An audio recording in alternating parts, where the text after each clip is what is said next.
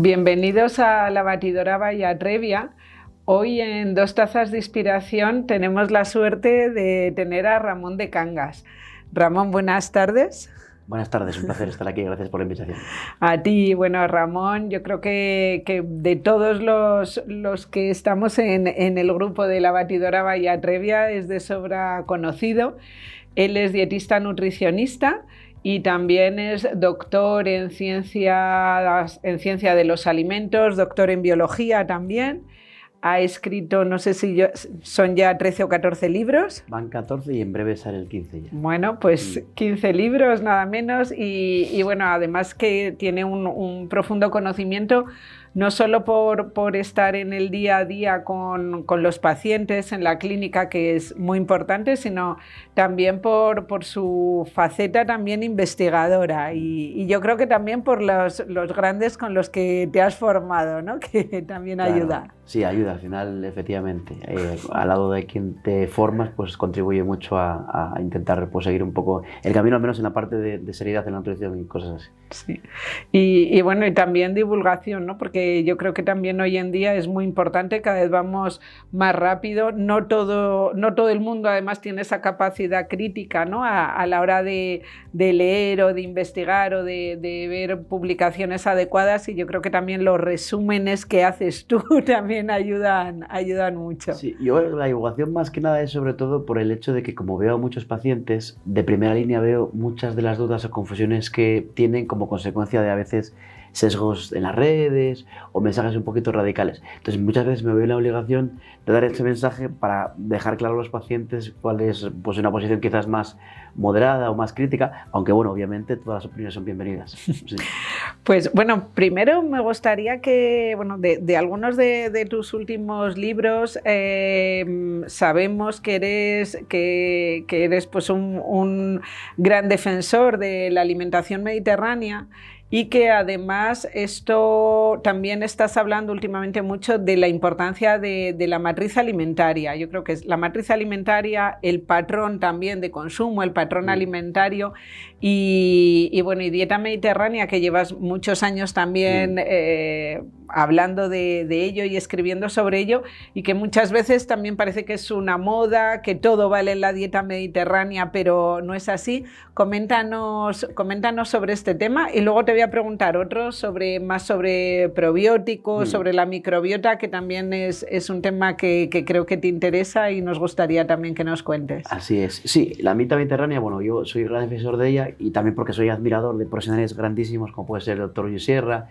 y otros que son defensores e investigadores en ese ámbito. Y claro, yo creo que se casan muy bien los mensajes, porque precisamente la dieta mediterránea lo que promueve es el consumo de alimentos reales y de temporada y de cercanía, que justamente son alimentos con matrices completas y poco procesados.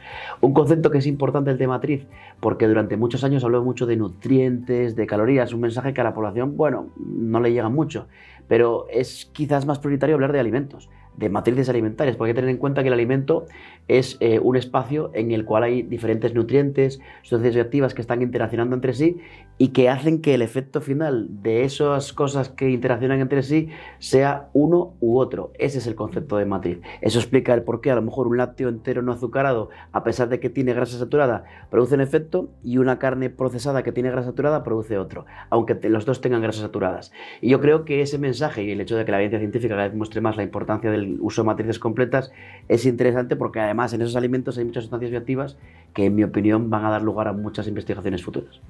Cuéntanos un poco, leí en el libro sobre la matriz alimentaria que casi empiezas por un término que además yo no había oído nunca y también llevo en este mundo pues eso, más de 25 años, que era el de esta superproteína. Cuéntanos un poquito más.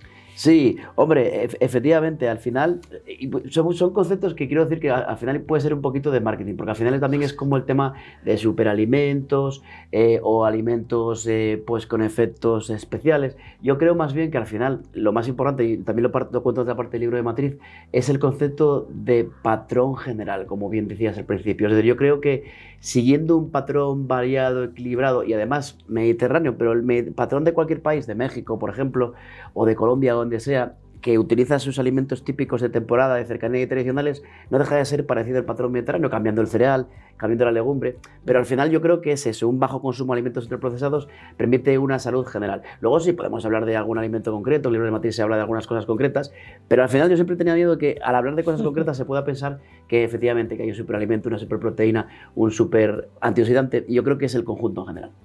El que incluyas en la alimentación o en tu patrón alimentario esos productos que tienen también esas proteínas más adecuadas. Sí, a mí sobre eso me gusta decir que quizás el pastel es el patrón y la guinda del pastel es esos alimentos con la superproteína, el cacao puro con antioxidantes, vale, pues podría ser la guinda del pastel una vez que tenemos construido todo lo demás. El problema de eso es que muchas personas creen que pueden compensar un patrón rico en ultraprocesados tomando pues una superproteína, un yogur extra en proteína, un cacao puro, una canela, y claro, ahí quizás es el problema. Para conseguir que además la alimentación, además de saludable, sea sostenible, ¿tú qué recomiendas? ¿Lo recomiendas o es algo que, bueno, dices bastante con que se alimenten bien mis pacientes? No, lo recomiendo, pero en ese sentido también a veces parece que hay que tender al patrón vegano para que sea más sostenible la alimentación, pero no hay que olvidar que el patrón mediterráneo también es un patrón que ha demostrado sostenibilidad, precisamente cercanía, temporada, alimentos de la zona y precisamente además es muy rico en alimentos vegetales. Por lo tanto, al final, claro, muchas veces creemos que dieta mediterránea es comerse entrecot, porque en España ha variado un poco lo que era la cultura mediterránea, pero realmente es comerse platos de legumbres, de arroz, de pasta, donde hay una porción proteica animal, pero en pequeña cantidad y sobre todo acompañado de verduras. Una alimentación mediterránea es muy rica en verduras y hortalizas de temporada y de cercanía, y eso es sostenible. Cuéntame un poquito del próximo libro que has comentado que estás a punto, si se puede desvelar. Se puede. Habla de un concepto también bastante nuevo, que es el de psiquiatría nutricional. Si vemos un poco publicaciones en los últimos tiempos, se está hablando mucho de ese concepto, de cómo se puede modular o se pueden modular ciertas pues, enfermedades psiquiátricas como la depresión o ansiedad asociada a la depresión con el uso de probióticos, prebióticos, ciertos alimentos porque son ricos en sustancias bioactivas, ciertos nutrientes como ácidos grasos omega 3 de cadena larga, y hay evidencia relativamente interesante y sorprendente, porque a lo mejor si comparamos la evidencia que hay con ciertos fármacos que se utilizan versus ciertos probióticos, pues nos sorprendería bastante el resultado. Sobre eso hablo, el patrón que es su conjunto, el uso de alimentos específicos y cómo eso influye en la alimentación, en el comportamiento, en enfermedades psiquiátricas e incluso una gran correlación que hay, o concordancia mejor dicho, entre enfermedades psiquiátricas y alteraciones intestinales, por ejemplo, depresión y síndrome de colon irritable, por ese eje cerebro-intestino, microbiota intestino-cerebro, etc. Uno de los estudios también de Predimed empezaba a hablar, creo que era el estudio SUN, ¿no? Empezaba a hablar ya algo, había algunos resultados que lo ligaban, ¿no? Así es, un poco en esa línea. ¿Y has visto también en otros países donde se esté trabajando en estas líneas de investigación? ¿O? Bueno, por ejemplo, he visto algunas líneas de investigación en México, en Querétaro, en Morelia, donde estudios observacionales, pero bueno, al fin y al cabo es un primer enfoque y un primer paso a llevar a cabo. Y sí, efectivamente, ahora también nosotros estamos en un proyecto de desarrollo de un producto dietético que justamente incorpora sustancias bioactivas, probióticos, prebióticos, buscando un poco una investigación y ver qué resultados tiene.